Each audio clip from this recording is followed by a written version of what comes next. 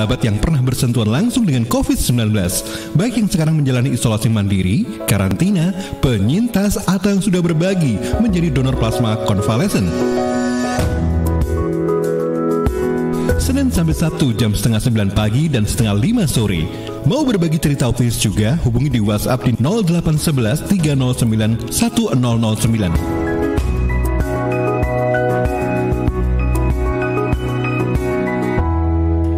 Sahabat, setiap hari Senin sampai dengan Sabtu jam setengah 9 dan rerun tayangan ulangnya jam setengah 5 sore, Radio Sahabat Isoman hadir untuk Anda berbagi cerita optimis dari sahabat yang menjalani isolasi, karantina, penyintas dan pendonor plasma konvalesen. Dan saya sudah tersambung dengan satu di antara narasumber kita, ada Mas Aris. Selamat pagi, Assalamualaikum Mas Aris. Waalaikumsalam warahmatullahi. Tes, masuk suara saya? Iya, terdengar jelas di sini. Alhamdulillah, barakallah. Mas Aris, apa kabar, sehat ya? Alhamdulillah, kabar sehat, baik. Iya, pepatah mengatakan tak kenal maka tak sayang ya. Kalau sudah sayang rasanya nyaman. Boleh diperkenalkan dong, Mas Aris?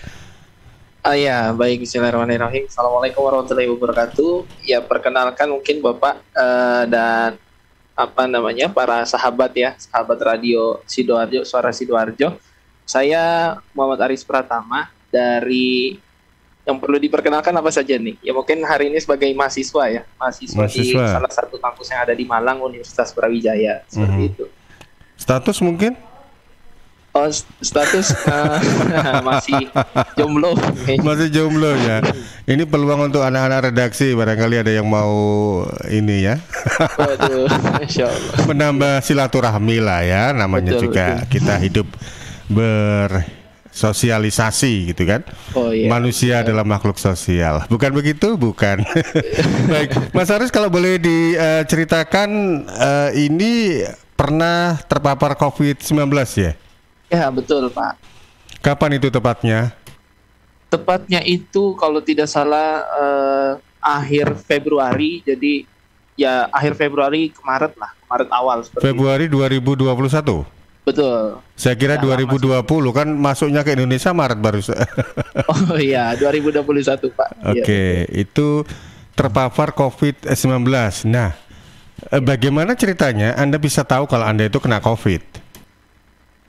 Nah, sebetulnya ceritanya itu memang cukup menarik ya. Jadi saya memang termasuk yang mendapatkan gejala ya. Mendapatkan gejala waktu itu, gejalanya pun kalau hitungannya mungkin bisa dikatakan gejala yang sedang ya, seperti itu, karena qadarullah seperti itu ya. Saya merasakan semua hampir mungkin lengkap ya, kalau boleh dikatakan mungkin lengkap, seperti merasakan demam juga, demam tinggi, kemudian juga badan remuk-remuk kayak gitu rasanya ya, kemudian hilang penciuman seperti itu ya, indera perasa atau yang kita kenal dengan anosmia seperti itu ya, dan juga batuk-batuk yang luar biasa lah ternyata COVID ini ya, sehingga akhirnya ya itu seperti udah jelas ya. Nah, proses awalnya memang nggak tahu ya sebetulnya itu ketularan di mana, karena memang seminggu mungkin ya, 1 minggu sebelum kena itu posisinya memang saya banyak di luar kayak gitu, banyak keluar rumah, tapi itu dia yang saya tidak tahu sama sekali, karena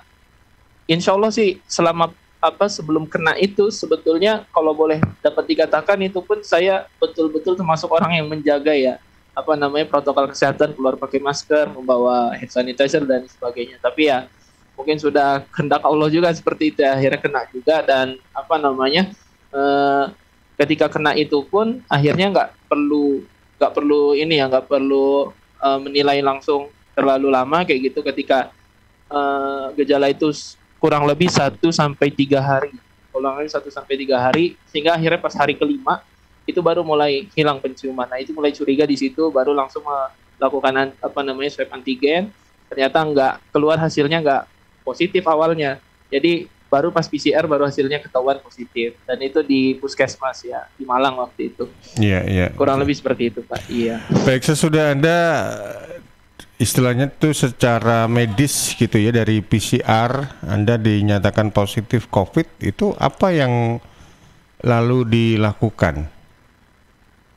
Oke, yang dilakukan pertama saya tentu mengabarkan kepada kedua orang tua ya, karena posisinya juga saya merantau seperti itu ya di Malang, sehingga akhirnya siapa yang saya kabarkan pertama kali adalah orang tua. Kemudian tentu dari arahan orang tua, kebetulan kakak juga salah satu tenaga kesehatan juga ya di keluarga seperti itu ya, seorang dokter juga, sehingga akhirnya banyak mengarahkan lah, sehingga ya udah saya ikuti prosedur yang ada. Posisinya waktu itu saya memang dari awal tes sampai kepada mungkin saya sempat di karantina juga ya. Mungkin kalau sedikit menceritakan, setelah awal tes itu saya di Puskesmas Singosari tepatnya, itu memang saya cukup mengapresiasi juga ya pemerintah barangkali ya. Memang selama proses itu dari awal saya kena sampai mungkin kurang lebih 1 bulan ya saya recovery seperti itu ya. Itu sama sekali tidak mengeluarkan biaya kayak gitu untuk pengobatan yang dibantu oleh ini ya pihak pemerintah di sini setempat seperti itu. Sehingga akhirnya ketika swab itu hasilnya muncul dari puskesmas,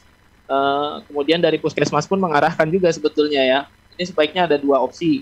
Kalau masnya misalnya tidak sanggup untuk menjalani isoman di dalam kontrakan ya, di dalam rumah sendiri seperti itu, boleh coba mencari ini ya dan dibantu rujuk untuk ke mungkin ini ya, di setiap tempat udah ada harusnya ya. Kalau di Malang itu ada RS lapangan ijen. Nah itu RS khusus COVID waktu itu ya, RS khusus COVID, dan sampai sekarang pun masih ada ya. Kemudian ya dari situ kan fasilitasnya juga banyak ternyata, dan di sana diminta untuk isolasi mandiri ya selama 10 hari.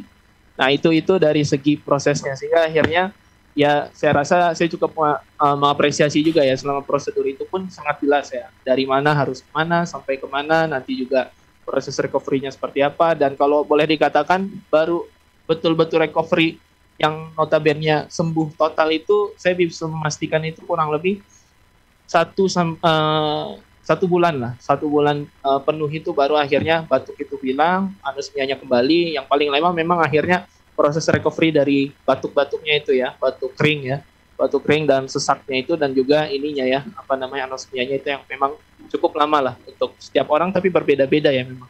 Seperti itu, Pak. Iya, baik. Jadi opsi Anda waktu itu melakukan isolasi di shelter atau di kontrakan? Akhirnya saya memilih di tadi mungkin ya disebut dengan shelter, tapi ya ya res lapangan ijen itu kayak gitu. Akhirnya saya memilih ke sana.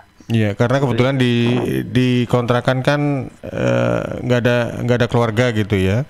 Betul. Dalam pengertian yang ngurus siapa, apalagi posisi kan statusnya masih jomblo gitu kan ya. Betul Pak. Dan juga memang kondisinya waktu itu di kontrakan ini yang lucu juga ya. Jadi 4 orang dari kami berempat itu, saya justru lebih banyak interaksi sama teman saya yang mungkin satu kamar itu nggak satu kamar kayak gitu, tapi yang ketularan malah yang nggak satu kamar begitu. Sehingga akhirnya 2-nya lagi itu malah nggak ketularan sama sekali gitu. Yang satunya itu OTG. Nah itu mungkin akhirnya salah satu bentuk ikhtiar saya ya, lebih baik mungkin menjaga teman-teman juga ya, akhirnya lebih baik isolasi di luar saja gitu, akhirnya memutuskan. Baik, itu selama berapa lama akhirnya Anda diisolasi di tempat khusus? Kalau itu memang kalau secara prosedur yang saya ketahui ya, bahkan itu prosedur nasional juga ya, waktu minimal dan maksimal juga sih sebetulnya ya, ketika proses isolasi mandiri itu 10 hari, selama 10 hari. Jadi setelah 10 hari itu sudah boleh pulang sebetulnya.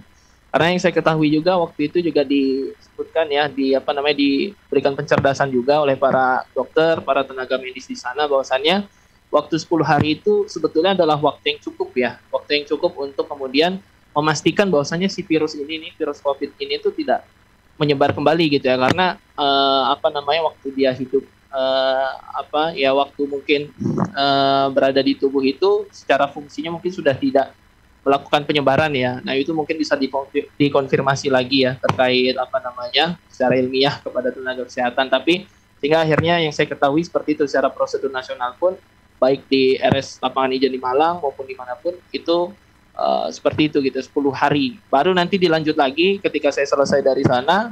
Saya kan memang belum sembuh secara total dari 10 hari. Sehingga akhirnya dari 10 hari itu harus diminta lagi menetap di kontrakan paling minimal ya, menambahlah 14 sampai beberapa hari kayak gitu ya. Ketika memang kondisinya sudah lebih membaik seperti itu. Iya, baik. Ya begitu Pak. Tapi Anda tidak ada komorbid kan ya? Oh iya, nggak ada. Alhamdulillahnya mungkin itu tidak ada komorbid. Ya, secara usianya masih muda gitu ya. Jadi mungkin kemungkinan ada komorbid kayak diabetes, hipertensi. Meskipun ada juga yang usia muda itu yang juga terkena hipertensi, diabetes dan sebagainya. Tapi rata-rata sih yang mereka yang berusia muda sih jarang yang mengalami hal seperti itu.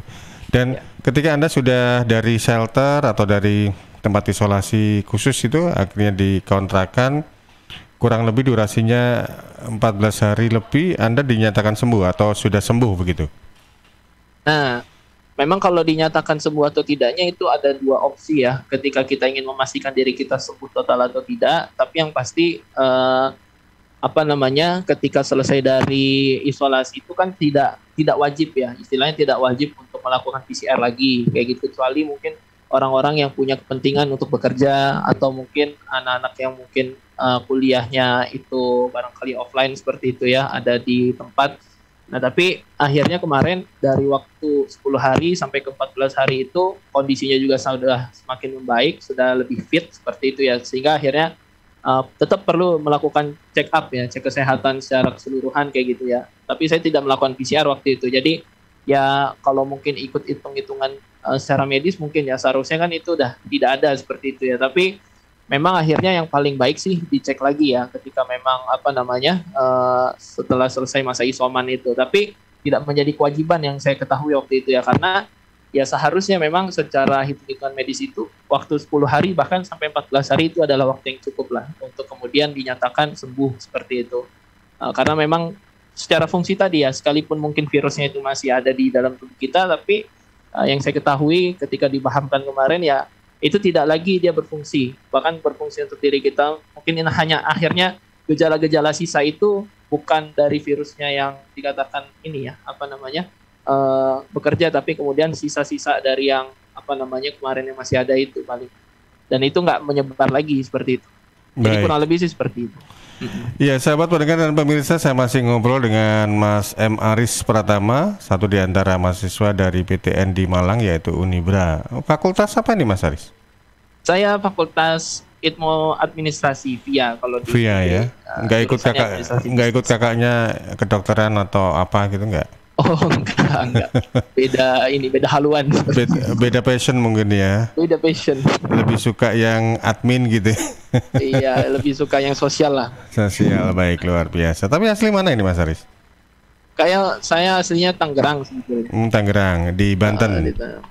Iya, posisinya kan di Jabodetabek lah seperti itu. Oke, lumayan jauh berarti kalau keluarga dari sana. Kalau misalnya di Surabaya gitu kan cepat gitu ya, mungkin misalnya ada keluarga yang datang menjenguk dan sebagainya. Baik, ya itulah namanya dinamika atau suka duka ketika kita jadi mahasiswa, apalagi harus jauh dari keluarga gitu ya. Ada sisi happy, ada unhappy-nya juga. Baik, tapi ngomong-ngomong, sudah divaksin belum ini Mas Aris? Alhamdulillah, baru saja saya menuntaskan vaksin kedua itu pekan lalu kalau tidak salah. Iya. Itu yang digelar oleh kampus atau Pemkot atau Pemkap Malang ini? Oh, kalau saya ada kampus yang menggelar ya Polkesma ya. Jadi memang kampusnya itu kan khusus ya, Polkesma Politeknik Kesehatan ya Malang, di Malang. Sehingga akhirnya nggak ada pilihan lain selain di sana. Karena memang kondisinya juga cukup ini ya, kalau ingin melakukan vaksin itu biasanya kita perlu banyak dapat informasi ya, di mana yang menggelar dan lain sebagainya. Tapi dari informasi yang saya dapatkan kemarin sih akhirnya waktu di Malang yang rutin untuk menggelar itu bahkan sekarang sudah dibuka setiap hari ya kayak gitu ya, dari Senin sampai hari Jumat kalau tidak salah jadwalnya itu, yaitu ada jadwalnya vaksin 1 di hari kapan, vaksin kedua hari kapan, sehingga akhirnya bisa mengikuti jadwal lebih fleksibel seperti itu. Kalau vaksin pertama yang kemarin waktu itu masih di Tangerang sih. Oh, di Tangerang. Apa itu vaksin? Vaksin apa itu? Sinovac? Kemarin Sinovac saya dapatnya. Oke, yang kedua? Sinovac juga kan nggak boleh ini Pak. Iya betul, nggak boleh mix and match gitu ya. Karena kan mungkin berbeda dalam kandungan vaksinnya itu sendiri, mungkin gitu ya. Baik, kalau dari kita tahu bahwasanya pandemi COVID-19 ini kan banyak merubah perilaku hidup dari orang-orang gitu ya. Jadi manusia yang cenderung suka gaul, kata anak muda sekarang, suka bersosialisasi, akhirnya kan mulai ada pembatasan-pembatasan ya, karena itu tadi protokol kesehatan dan juga meminimalkan pemaparan atau penyebaran COVID-19. Kalau dari diri Mas Aris sendiri, pasca Anda sudah kena COVID istilahnya kan, dan juga sudah sembuh, meskipun juga sudah divaksin 2 kali malahan, apa yang berbeda dan juga apa yang akhirnya membuat Mas Aris ini punya kebiasaan yang mungkin berbeda dengan kebiasaan yang sudah-sudah? Oh baik ya. Kalau ditanya itu memang akhirnya ini poin pentingnya sih ya, sebetulnya ketika memang kita pernah menjadi penyintas COVID itu jangan sampai lupa lah untuk mengambil banyak pelajaran dari pengalaman ini gitu ya. Tentu saya akhirnya betul kata Bapak tadi ya, bahwasannya pelajaran ini sangat banyak yang saya dapatkan ya, terkhusus pelajaran di mana tentang menjaga diri ya, menjaga hak tubuh kita sebetulnya kayak gitu ya. Saya sangat menyadari hal itu ketika memang akhirnya pertama kali kena dan sampai pada akhir prosesnya merasakan sampai di titik sembuh itu, wah banyak sekali lah pelajaran. Karena sempat ya di awal itu mungkin mempertanyakan juga ya, kok bisa saya yang kena di antara teman-teman yang lain kok bisa, dan gejalanya pun ya nggak saya anggap ringan juga ya, sehingga akhirnya saya nggak kuat sehingga akhirnya harus merasakan perlu diisolasi, mendapatkan fasilitas penanganan seperti itu ya.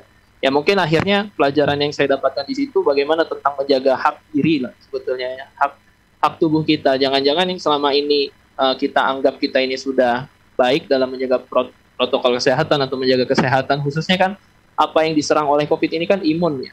Ya jangan-jangan akhirnya kita yang selama ini tidak berusaha memahami diri kita sendiri kayak gitu ya, kapasitas diri kita. Memang kondisinya saat itu kalau saya boleh jujur, saya akhirnya menarik ke belakang gitu ya. Ada seminggu sebelum atau 2 minggu sebelum kena, memang pada saat itu saya merasa banyak memforsir tubuh lah kayak gitu, memforsir tubuh dengan kegiatan-kegiatan yang kadang ya ya itu sebetulnya membebani diri kita juga, seperti membebani dalam arti ya jangan-jangan kita telah ini ya kayak bahasa Islamnya seperti itu, yang menzolimi diri kita, jangan-jangan kan seperti itu.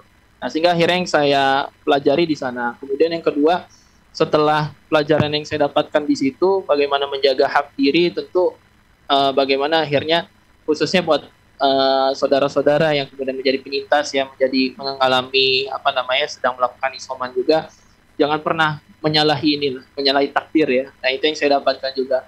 Jangan sampai akhirnya kondisi seperti ini membuat kita putus asa kayak gitu, putus asa dengan segala apa yang kita hadapi dan terima, dan itu pelajaran yang sangat berharga bagi saya, karena berapa banyak akhirnya orang-orang, bahkan saya menemukan case di lapangan itu banyak yang sebetulnya yaitu dalam keadaan sehat-sehat aja awalnya kayak gitu, tapi ketika imunnya turun dan imunnya semakin turun, udah banyak juga akhirnya, kalau mungkin nggak bicara data ya saya, tapi beberapa pengalaman orang yang pernah menceritakan kepada saya itu banyak juga ternyata yang dipanggil oleh Allah itu kadang karena imunnya yang semakin turun itu karena mindset sebetulnya ya, karena akhirnya dia tidak membangun imunnya itu daripada pola pikir, dan pola pikir positif itu yang penting ketika memang kita menjalani proses masa isolasi kayak gitu ya. Nah kemudian kebiasaan barunya setelah itu apa ya, tentu pelajaran COVID ini ya di masa pandemi ini justru harusnya semakin mendekatkan kita lah kepada Yang Maha Kuasa kayak gitu ya. Betul-betul akhirnya saya mengambil banyak pelajaran di sana.